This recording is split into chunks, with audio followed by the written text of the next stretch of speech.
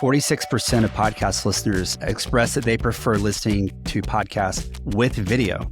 They like to see people's facial expressions, reactions from hosts and guests, and it helps them to better focus on the podcast. So interesting to me because I think the advent of podcasting and the quick popularity of it from an audio, just a audio podcast standpoint, was that you could be disengaged. You could be untethered from a screen.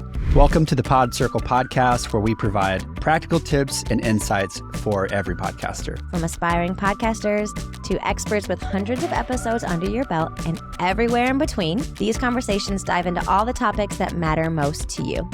All right, Kyle, what are we chatting about today? Today, we are asking the question, should I start a video podcast?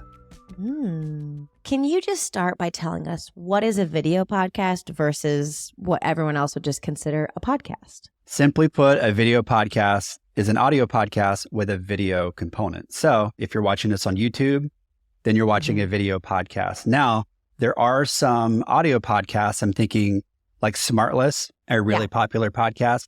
They put their audio podcast on YouTube, and then they just kind of have like a motion graphic that plays the whole time, but you can't actually see them, talking, interacting with guests, things like that. So a video podcast is where there are cameras involved, essentially. Here's the deal. Like the lines have kind of blurred, right? Between video podcast and just video content. I think typically something is categorized as like a video podcast when you can consume the entire content in that form. But I think we're seeing so much more where people are giving you pieces of it or segments of it. I mean, I worked for an organization where we did podcasts a lot, and we would take that episode. There was like the full episode with a static image, like you're saying Smartless does. And then there were 3 or 4 different chunks that were like 5 or 6 minutes out of that. And so I think it's just kind of gotten really confusing. But what is your advice when you have clients that say, should I start a video podcast? Should I use video? Hint, yes, you should use video. But if you've listened to previous episodes of this podcast,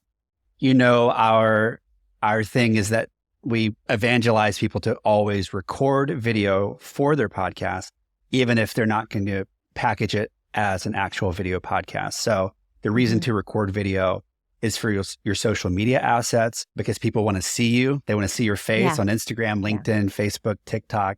Talk to the people, I think the days of the static picture and the waveforms and the subtitles, I think those days are probably over. And I think that's for the best, because let's just be real. The Instagram algorithms are not going to reward that. No. None of the social media algorithms want a lot of static anything.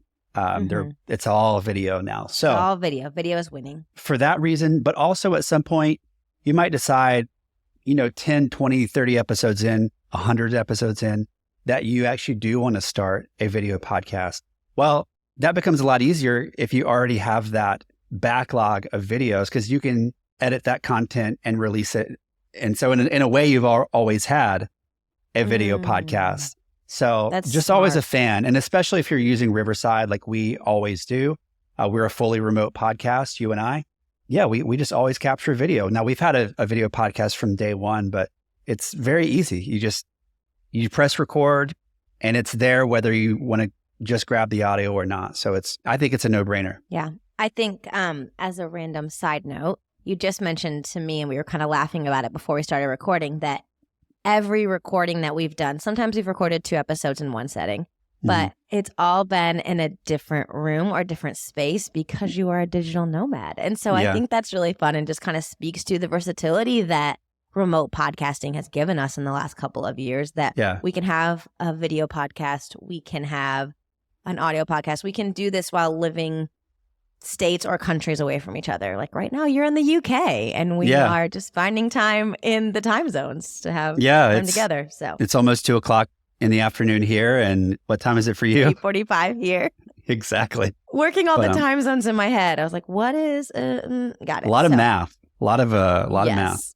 A lot of math, but this is, Riverside makes it so easy to record video, and it's just a no-brainer. Always record video. If you're an in-person podcast, set up your iPhone. Even if you just have one iPhone for just you or for your guests as well, do a wide shot. One day we'll probably do a deep dive into camera setups for in-person. Yeah. because if you have more than one person, I always recommend people have more than one camera. And at some point we'll go into the reasons for that. So, but for now, Riverside works awesome. And especially the way we at Pod Circle edit video podcasts. It's really important from a production standpoint to always have something to cut to. So if right now you see Mackenzie and I on screen, I just took a sip of coffee while she was talking. If the client doesn't want that, then we can just cut full screen to Mackenzie and cut me completely out of it. So from an editing and production standpoint, it's really nice. And Riverside, if you have two people on screen like you and I, you have your camera, I have mine. It's easy from an editing standpoint to do that. Yeah. And so I think what I'm hearing you say is it's not if you should have a video podcast. Like, we think definitely that's winning. If you've got the ability to do that, if you've got the capacity to do that. But what I think, honestly, what I've seen is that wanting to do both at the same time. And if you're just starting out and your resources are limited, your time is limited, you don't really have a team behind you, wanting to launch with both can really be a barrier to launching. So I love how you said, yes, record the video anyway. And if someday you want to, once you've got some traction, once you've got your feet under you and you have, some rhythms around this, then launch a video podcast. It's not an if, it's a when. Find the right timing. Because I just think this idea that I have to have both and it has to be perfect and I have to have my entire brand aesthetic figured out and have, when you move to a video podcast, you're bringing in a whole nother slew of tasks and things that you need to do. So don't let it be a barrier to launching.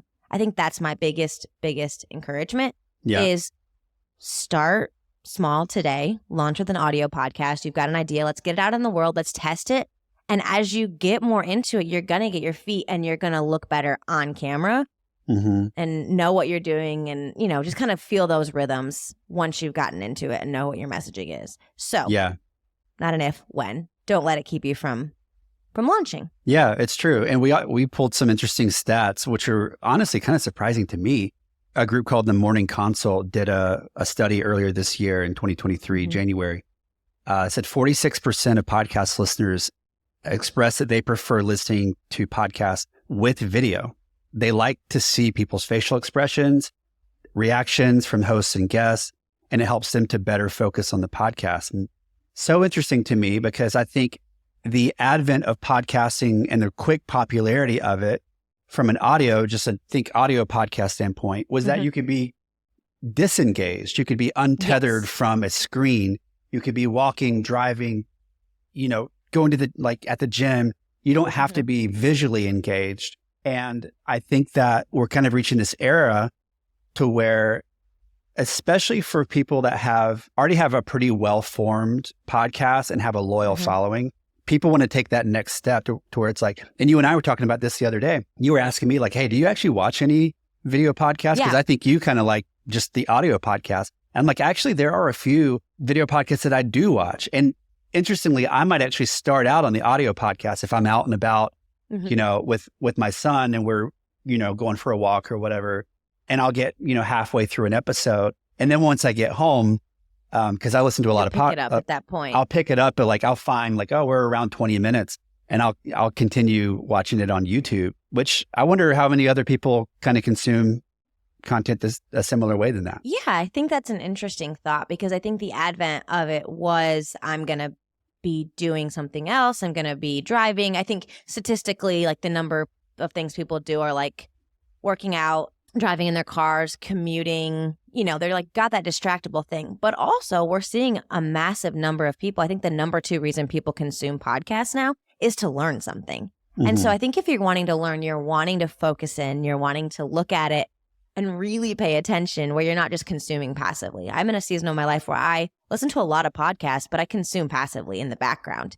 Now, if Dax Shepard had his experts and experts on video, I probably would watch because sometimes I don't catch everything because I am passively consuming it. So interesting. So maybe that specific podcast, like the experts on experts, that one in particular. I wouldn't do the celebrities. I would do the experts on experts. Right. Yeah. That's really interesting. Yeah, because some of that stuff can be can kind of go over your head a little bit. You're just like, what was that again? You're rewinding it, but.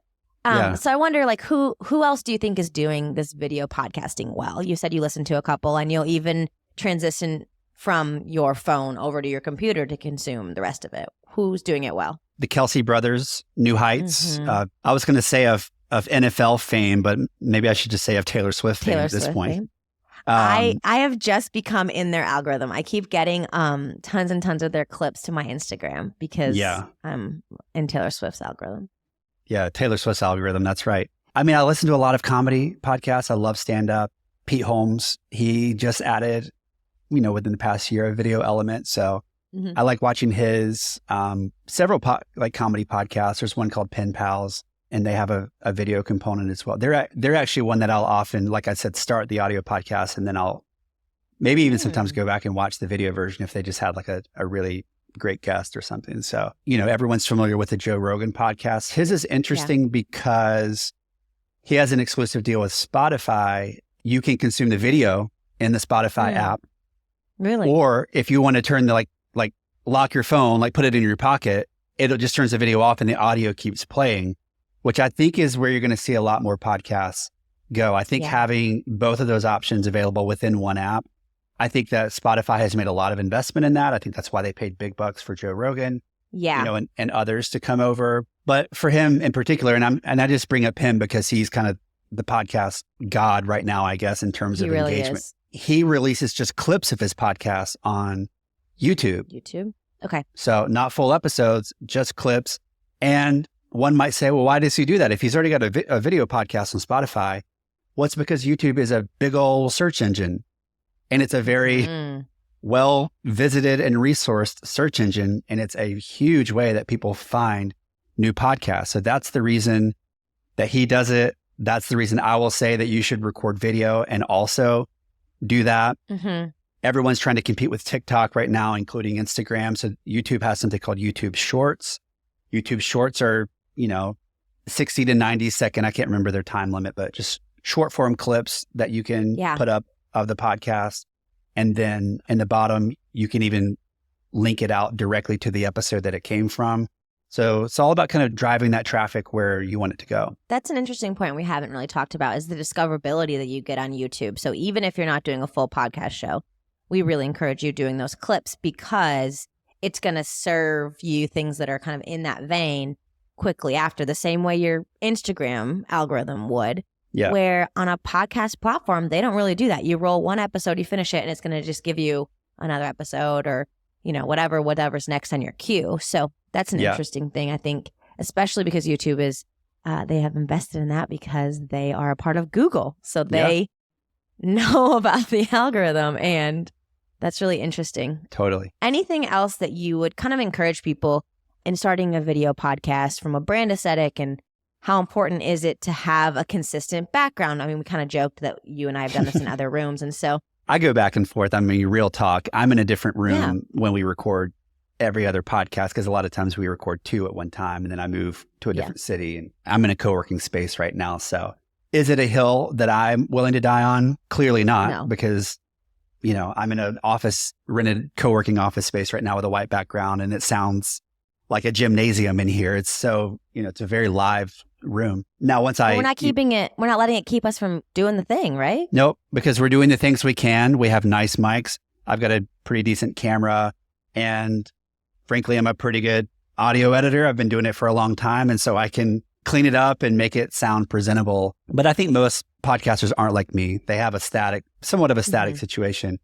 And so we've talked about a lot of the best practices there. But I think from a brand perspective, it's more than just the background. That's important if you have consistency in that. But I think you can also provide consistency in other ways, and the way that you're branding the clip, the way that you're designing the templates. There's a lot you can do around that too. And I think if you've got a solid brand, that's going to help it take it to that next level. It's going to help it step up. You'll notice that all of our PodCircle podcasts are in a similar color and vein, and so they look familiar. Scroll through your Instagram, you know what it's going to look like when we've got a reel with a clip from PodCircle podcast. Yeah, it's always going to have the PodCircle logo up in the upper right. I don't think we do anything special with our subtitles necessarily, but you can incorporate your brand colors into your brand colors. Yeah. In your subtitling, you can use frames. I mean, you and I, some of our reels are branded and some of them aren't. And we're kind of experimenting with what performs better. we would do that the same thing for clients. Like sometimes the algorithm doesn't like a lot of graphic design and like text. And so we try to keep a good pulse on what's going on there. But since our content is so topical, sometimes it does work really well to say like, hey, like we just released a reel yesterday. It's when to hire a podcast editor. And so for our viewers, you know, for the people that follow us on socials, that's probably a question that they're either asking or they've asked at some point.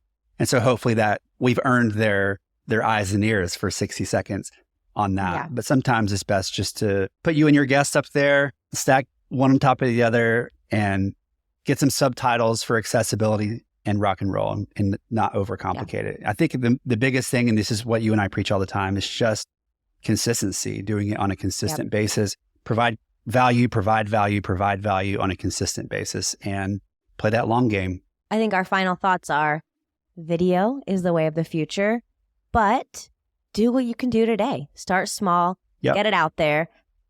Imperfectly produced is better than perfectly not produced. So make it happen and get it out there and stay consistent and show up. You've got this. Right on. We talked a lot about all the things that go into launching a podcast. So if you need help launching, you can check out our complete podcast starter kit at podcircle.com/start. And you can get that free resource today. You can. You can also follow us at PodCircle. Jump over to Instagram, follow us at PodCircle. We produce a lot of short clips over there just that are bite-sized tips for podcasters. So jump over there, give us a follow. Mackenzie and I, we also do strategy sessions, which we love to do, which are super, super helpful for, I was going to say for new podcasters to help them get off on the right foot, but even people that have been podcasting for a while and maybe they're hitting a wall and they're like, man, I'm struggling with, you know, my download numbers have stagnated, or I'm kind of running out of ideas, but I see the value of this podcasting thing. I just feel kind of stuck and I'm not sure where to go. I'm going to drop a link in the show notes where you can schedule just a 20-minute discovery call with me and see if we might be a good fit to help you get unstuck and gain some clarity around your podcast. So a couple links there in the show notes for you as always. Anything else for you, Mackenzie? No, I think that's it. We'll see you next week. All right. See you next week.